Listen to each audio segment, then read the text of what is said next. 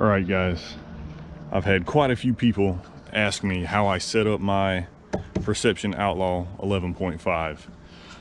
I installed a motor on it a couple months ago, and I posted pictures, and I've had multiple people request a video, so this is my first time making a how-to video or an overview video, so just bear with me.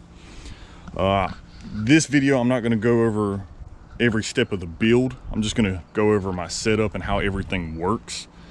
Maybe if I get enough interest, I'll do a how-to video on how I wired everything up and how I built everything. But just to start off, we'll just go through everything step by step. First things first, you got to have a battery. This is a little Apache box I bought from Harbor Freight for like 20 or 30 bucks. Inside, I have a small LiPo battery. Not sure if you can see that, but it's a eco-worthy 12 volt 30 amp hour LiPo, which isn't a what I would call an endurance battery, but it works for my purposes. I've taken this out quite a few times, fresh and salt water. It's worked quite well. I'm sure as many of you have noticed, this isn't the original box that I posted pictures of. This is actually my first iteration of a control box. I actually lent my little LCD screen speed controller to one of my buddies. He's using it. So for the purposes of this video, I'm just going to use this control box, but the wiring and the functions all the same. So this is just a, once again, Harbor Freight little ammo crate I bought. I got this little speed controller here on Amazon for like 10 or 15 bucks. The only downside to this is it's not rated for high amp batteries. It's probably not even rated for the 30 amp I've gotten here, but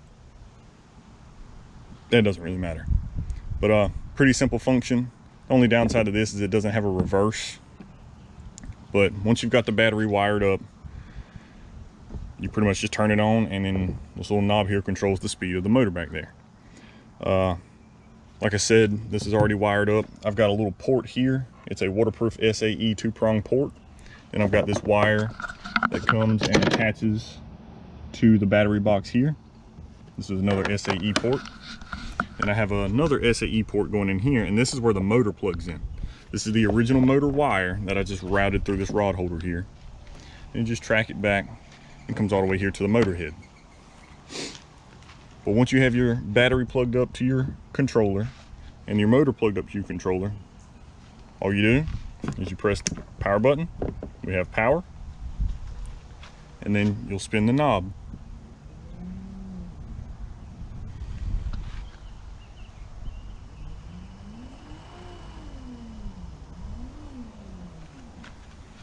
And that's pretty much it. I can open this up, actually, give you a look inside. It's pretty simple. You've got the power port and the motor port, and then you just go to the corresponding slots on the speed controller, and that's that. Pretty simple. I keep this under my seat. I have enough clearance here. I've still got like another, I don't know, 3 or 4 inches of clearance under my seat, and that just stays out of the way. And I always have my scupper plugs in down here when I'm on the water, prevent any kind of water getting in here. But this is a waterproof box. These are waterproof ports. I've also put silicone in them to, you know, for redundancy. There's that. This is a pretty basic setup, honestly. The motor is a Minn Kota 30-pound thrust. I think it's a 30-inch shaft. If you do end up keeping the head on the motor, I would recommend taking this bolt out here. There's a little bolt that runs through the shaft. Taking this bolt out and flipping the head, because, you know, normally the prop's facing that way and the handle's facing that way. But I have a crate back here and I have rods. The handle would bump into my rods, so got rid of that. These reflectors are just safety bullcrap. Not necessary, but I would rather not be ran over. What else? Oh, if you do keep the head on, one of the things you have to remember is there's still a quote-unquote speed controller inside the head. So whenever you're ready to run the motor, once you've got everything plugged up, make sure you twist this to 5 forward, and then you'll be able to control all the speeds of your motor. See, if you actually put this on off and spin your handle, nothing happens. If you put it on 1, it spins, but that's at 100% on the controller. It's not going very fast here. So you're getting 100% of 1 speed. So, just to reiterate, put it on 5, turn it on, and then you have the whole range of speed. That's pretty much it for the motor. Very simple. Like I said, these are the stock wires. All I did was take off the battery prongs. It had like 2 little battery spades. I just cut those off and replaced it with the 2-prong SAE connector, so I could plug it into the port here and use the control box. That's pretty much it for the motor wiring, battery speed control aspect of it. I did have to extend the motor wires just a little bit, but these are just waterproof butt connectors that I also covered in shrink wrap. Just extended the stock wires. Let's see. Steering. I've had a lot of questions about steering. It's pretty simple, really. If you don't want to reach behind you and twist the head of the motor, obviously the Outlaw does not have any foot pedals. While I have seen some guys have installed foot pedals here, you could do that and make feet steering. But I'm kind of a tall, slim guy. I really enjoy the open deck platform. I didn't want to clutter it with more stuff, so I went with hand steering or pole steering. So this is just a standard like $3 or $4 like broom handle I got from Lowe's, and it's attached here to another $3 or $4 little broom handle adapter. And then this part here is a Yak Gadget pole steering attachment. It's like 30 bucks. They have a foot steering and a pole steering. Make sure you get whichever one you prefer. Obviously we went with pole here, and it comes with all the hardware except this piece. This piece is actually kind of hard to find. I ordered it on Amazon. Like I said, whenever I do a complete in-depth build video, I'll include all that stuff. But yeah, it's pretty simple. Once you get it installed, you're sitting up here at your seat and you can just go wherever. And this thing will turn on a dime. I mean, you can do a complete, 90-degree turn. And also on the Outlaw, these rod holders, you will be sacrificing rod holders for all this stuff. But if you have a crate, or if you get the Perception little cooler bag, you have more rod holders. So no problem there. You can place this right here in the rod holder and it holds it. And you can just track straight. Like if you're trolling or you're just trying to go over a large body of water, there's that. And also, I've had a lot of questions on how I lift the motor when I'm not using it or in shallow water conditions, which originally I thought was going to be a big problem. But I saw a video on YouTube of this guy who made pretty much the same lift system I have here. All it is paracord. I'm using a little stainless steel clip here. He used a carabiner. I like this clip a little bit better. And I drilled a hole in the support gusset here, clipped that there, and it's just paracord. And on the actual motor mount, I mounted a little Harkin pulley, sorry. And I put spacers here because if you don't put the spacers, one, the pulley isn't far enough away from the motor mount, so your rope will rub against the motor mount. It'll be hard to pull up and down, and also depending on the length of the screws you use, they may protrude in and prohibit you from actually lifting the motor. So there's that. But I can still lift the motor, like pivot the motor. But as far as lifting goes, you just got this pulley, it's attached to that clasp.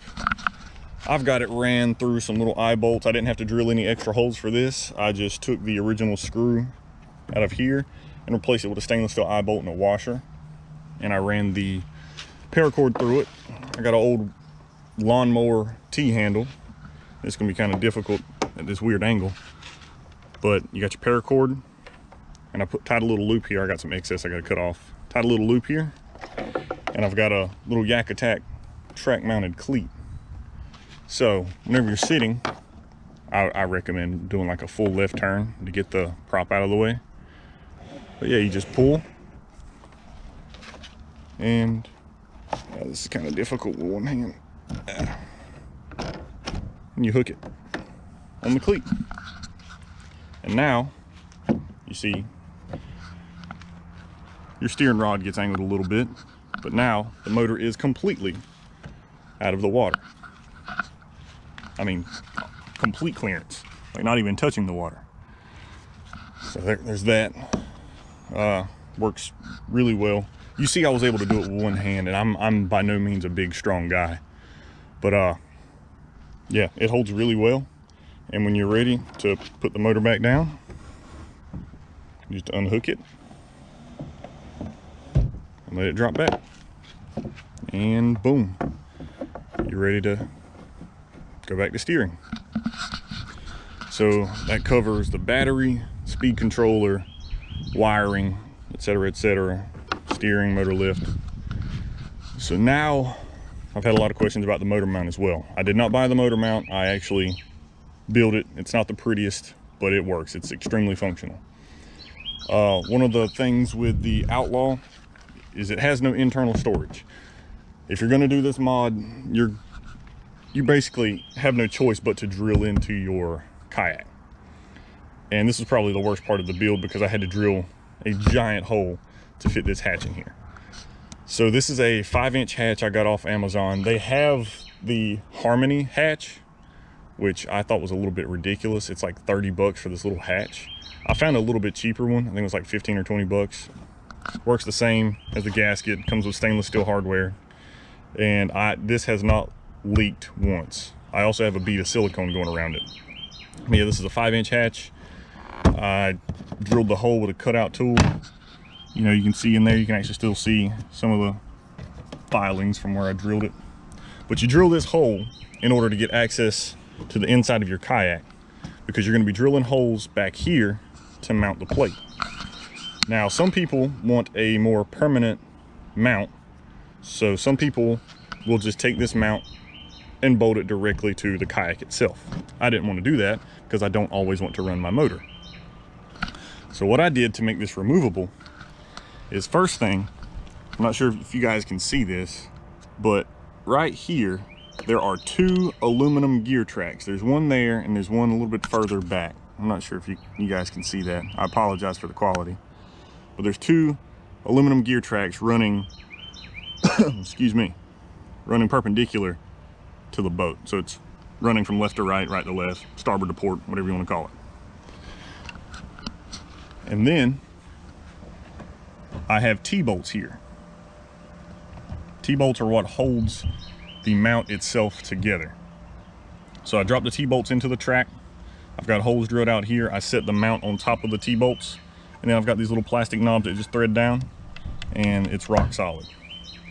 So some people have asked me, well, why didn't you make the tracks go fore to aft or bow to stern?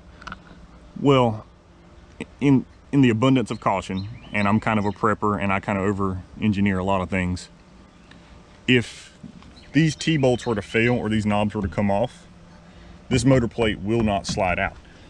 If it was placed fore to aft, potentially if you hit something big enough, or you hit a stump or the ground or the bottom of the whatever body of water you're in, this could potentially slide straight out. However, since I did it perpendicular, even if these were to fail, these knobs were to come loose, this is not going anywhere. Like, it's solid. So there's that. On top of that, I also reinforced the inside of the kayak, and you're not going to be able to see it. I'm sorry. I'll try to get in here, but you probably won't be able to see much. I reinforced the inside of the kayak to support all the weight of the motor and the plate. So what I did is, this is 1/2-inch cutting board, high density polyethylene cutting board. I bought, I don't know, 3 or 4 sheets of them. It's a big old, like a 12 by 18 sheet. I bought like 3 or 4 of those sheets and just cut them up. I drew out a pattern, and my buddy and I drew out a pattern, and then we used a miter saw, chop saw, whatever you want to call it. And we actually took the boards and 2-plied them. You can tell it's 2-ply here. And we didn't think about this until after it happened. We were actually cutting 2 boards at a time. And while we were doing that, as the blade cuts the board, it actually melts the edges together. So we didn't intend on that, but that actually helps with the rigidity and the structural integrity of the mount itself. So we stacked 2 boards together, chop, chop, and it just made a nice little melted edge. And on top of that, we also put JB weld. We mixed up some JB weld and put it on the inside and sandwiched the 2 together. So rock solid. Same thing we did with the upright here, the actual motor mount or transom plate, whatever you want to call it.